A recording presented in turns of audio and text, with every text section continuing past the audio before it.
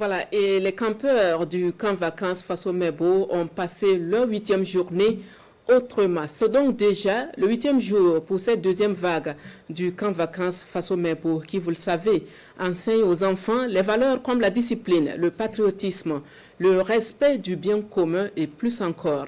Les campeurs ont eu droit aujourd'hui à une sortie touristique sur 3 sites. Compte rendu, Jean-Modeste Ouedraogo. 3 sites emblématiques pour assouvir la soif de connaissance des campeurs de la deuxième vague du camp vacances Faso Mebo.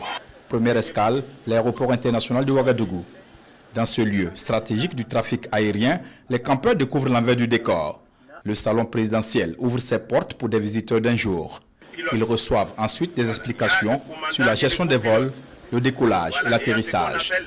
Chanceux, les campeurs assistent en live au décollage d'un avion.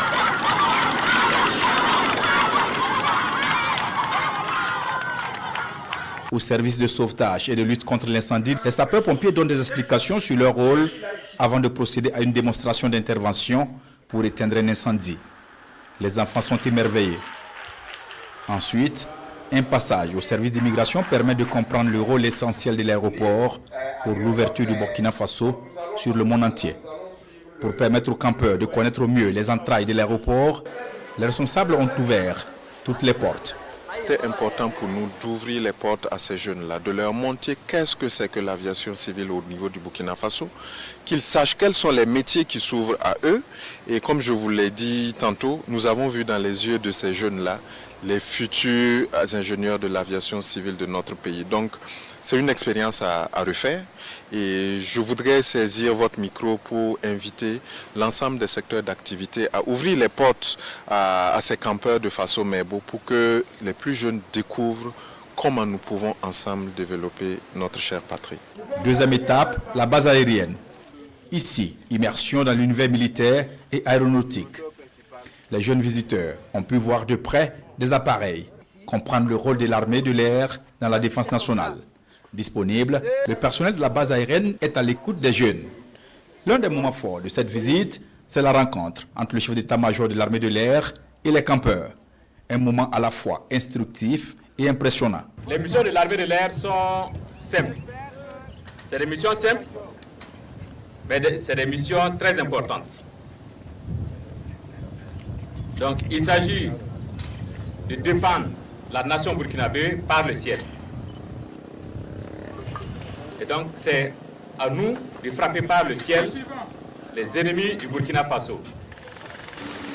Il s'agit aussi de soutenir les autres forces de défense et de sécurité lorsqu'ils sont dans des situations qui nécessitent un soutien de l'aide.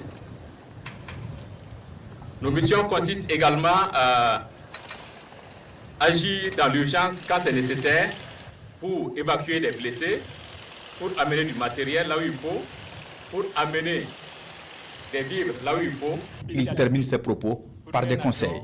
Travailler dur, respecter ses camarades, respecter ses parents, respecter les valeurs qu'on vous enseigne, le civisme. C'est très important pour construire le pays, pour construire le Burkina Faso de demain. C'est vous l'avenir du Burkina Faso. Enfin, le voyage s'est achevé au mémorial Thomas Sankara, au lieu de mémoire et de recueillement. Devant les statues et les vestiges, les campeurs ont visité ou revisité une page marquante de l'histoire nationale. Un instant d'émotion et d'inspiration, marqué par le souvenir d'un leader visionnaire, Thomas Sankara. Je pense que tout citoyen ne doit pas oublier Thomas Sankara. J'aimerais être un soldat pour pouvoir défendre ma patrie. Ce qui m'a marqué le plus, c'est lorsqu'on racontait l'histoire et qu'on a dit que lorsqu'ils sont venus pour le chercher avec les balles et les autres, c'est lui qui s'est levé en premier pour sortir et il a laissé les autres dedans.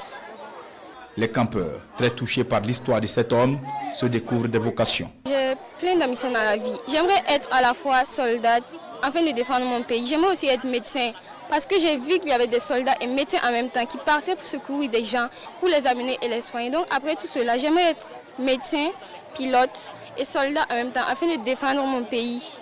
Cette sortie touristique permet aux campeurs d'élargir leurs connaissances et de renforcer leur fierté nationale. Après cette randonnée, ces enfants ne seront plus les mêmes. Ils sont désormais transformés et prêts pour la défense de leur patrie.